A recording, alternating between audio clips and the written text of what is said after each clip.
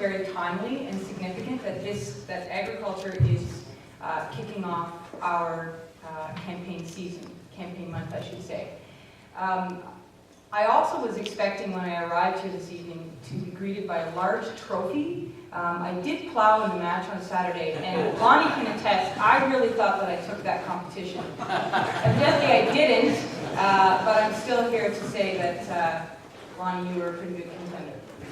Whether we live on farms or whether we eat food or we use fuel, everyone is connected to agriculture. I grew up here in Sarnia, born and raised, Brights Grove, proud alumni, St. Mike's, St. Christopher's High School. And I did what a lot of people do when they graduate high school, and I went to further my education at the university level. The experiences that I gained outside of Sarnia-Lambton, whether it be as a student or working internationally for an NGO, really focused my energies on what I wanted to do in the next chapter of my life. What I want to do in the next chapter of my life is be a leader in this community. I'm a father of 2 children. My youngest just started JK this morning. I am married and I'm the cook of the house. I'm a former restaurant manager, and in my quest for television glory, I spent a number of years working to establish a show called Rough Times Cooking. I love food, I'm a label reader, and there's usually about 3 months of the year where I don't eat tomatoes and 2 months of the year when I don't eat apples. And that's simply because I can't buy Ontario grown.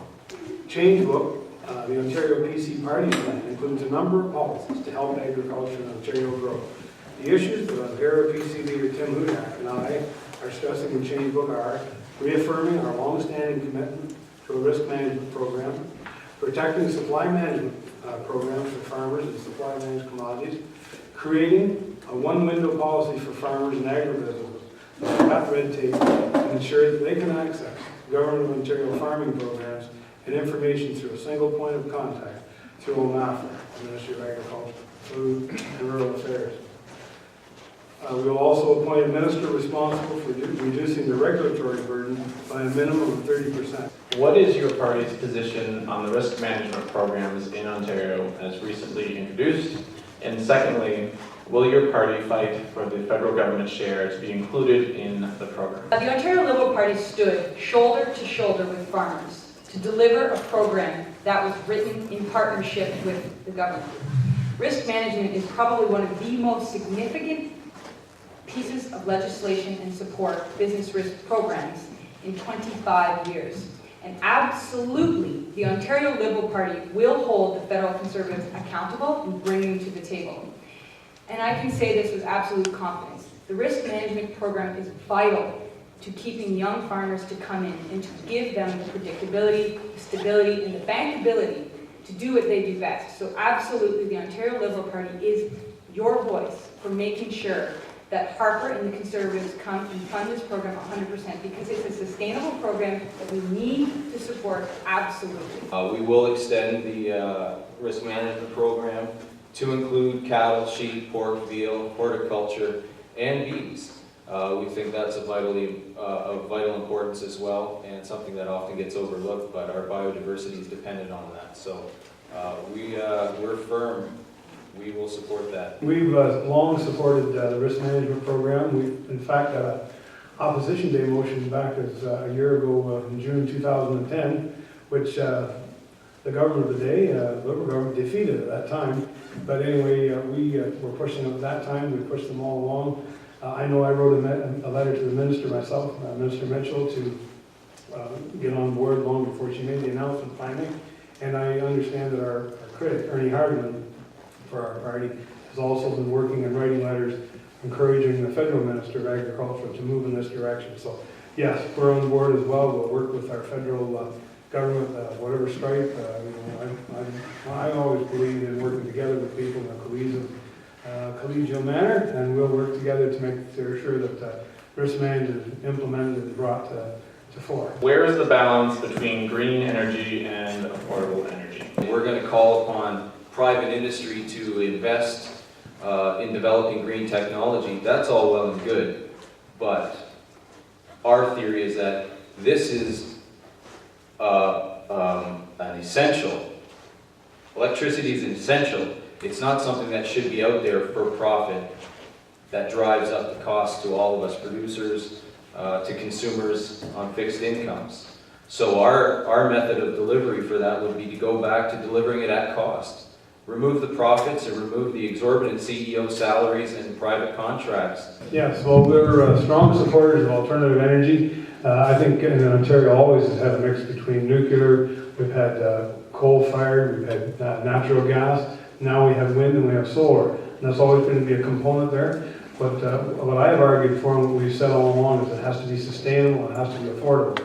The microfit contracts that the current government has negotiated aren't affordable and they're not sustainable. Everyone knows that. If you tell someone that you'll sell lemonade at 80 cents and you're only paying a nickel for the lemons, everyone's going to get into the lemonade business. But we can't afford that. So we intend to make changes under those microfit programs. We will continue to pay and honor the contracts that have been implemented. There'll be no more further massive subsidies like that. We'll also do away with the OPA, which started out as a 15-member board, a transitional board.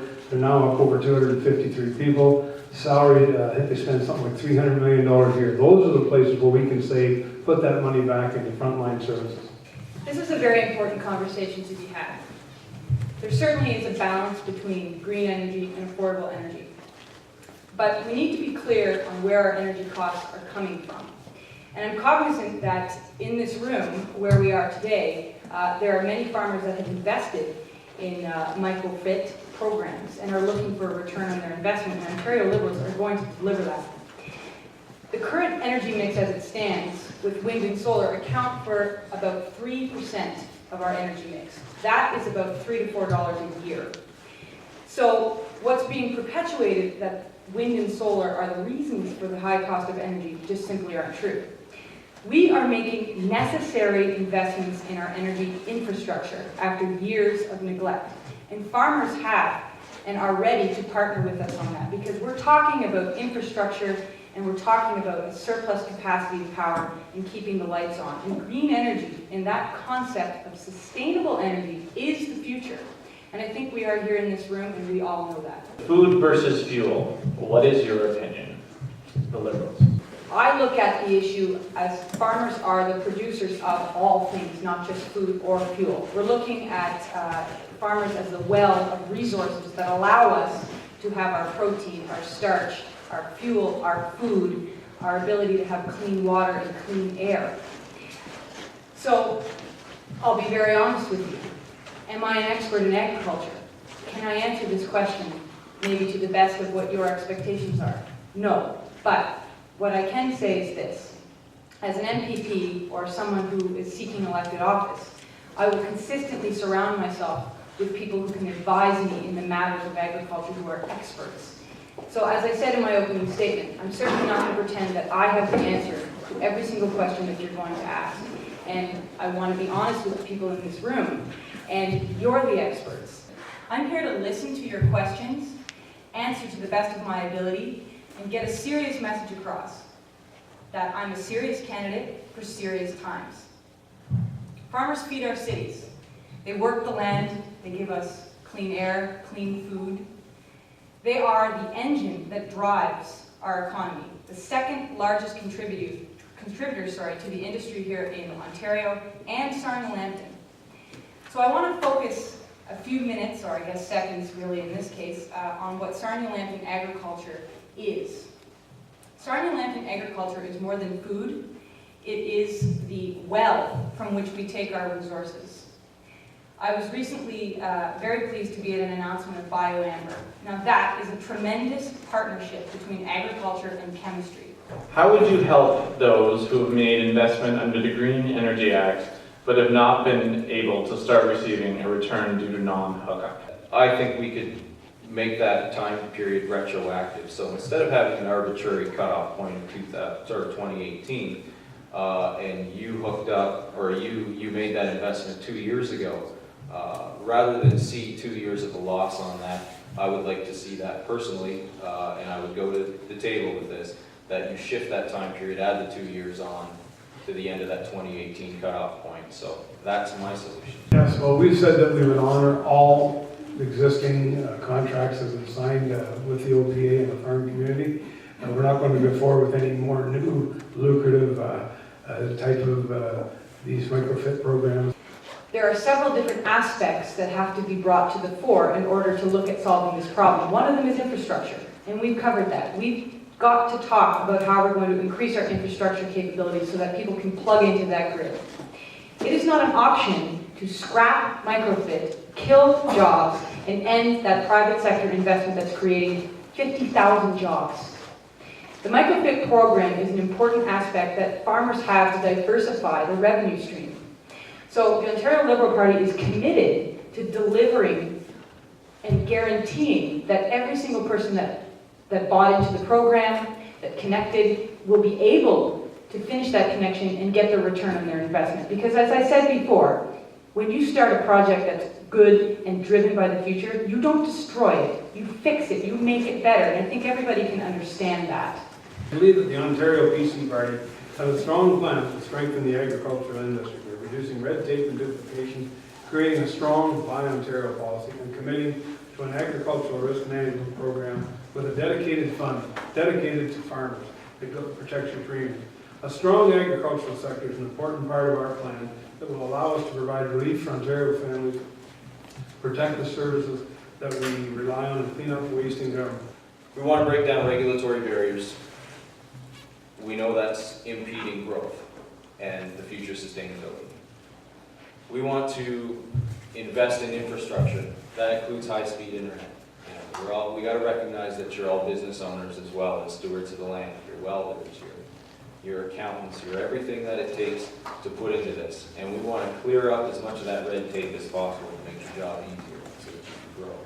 We want apprenticeship programs to make sure that farms continue to sustain themselves long into the future, that we have succession plans in place, and that we have comfortable environments for people to either relocate to or to stay as they grow up here. Rural health care is of prime importance. Okay? But obviously, whatever it is that you feel is necessary here in Sarnia-Lambton, I will continue this dialogue. And I will listen to your needs first and foremost. I want to see food sovereignty. I want to see domestically produced food staying in Ontario and served in our public buildings. We have a number of policies in place that I believe, you can tell me differently, or we can add to, that will continue to look to a brighter future in the agricultural sector as well as rural Ontario. I'm running as a Liberal here in Sarnia-Lambton because I believe that strong Ontario is a Liberal Ontario. I'm running as a Liberal here in Sarnia-Lambton because our record speaks for itself. What we have delivered to the agriculture community has been unprecedented. And that doesn't mean that we don't have more work to do. We've talked about risk management program. We've talked about the fact that we've worked with the OFA to reduce the regulatory burden by 28%. We've talked about the unprecedented investments that we've made in rural infrastructure. Right here in Sarnia-Lambton, $3 million. I stand behind rural health. I stand behind rural infrastructure. And I stand here for farmers. I'm not pledging to be an expert in agricultural issues, but I am pledging to have an open-door policy, to work with farmers, to respect that they know best the kind of tools that they need to do the job that they need to do. And the success that we've had in Sarnia-Lambton hasn't happened by accident. The innovation, the determination, the overwhelming corn production capacity that we've had this year that attracted the BioAmber facility to Sarnia-Lambton, among other things, those things don't happen by accident. Those things happen because farmers have partnered with this government to create the environment where they do what they do best. So thank you for having me here this evening, and I look forward to speaking with everyone after. Thank you.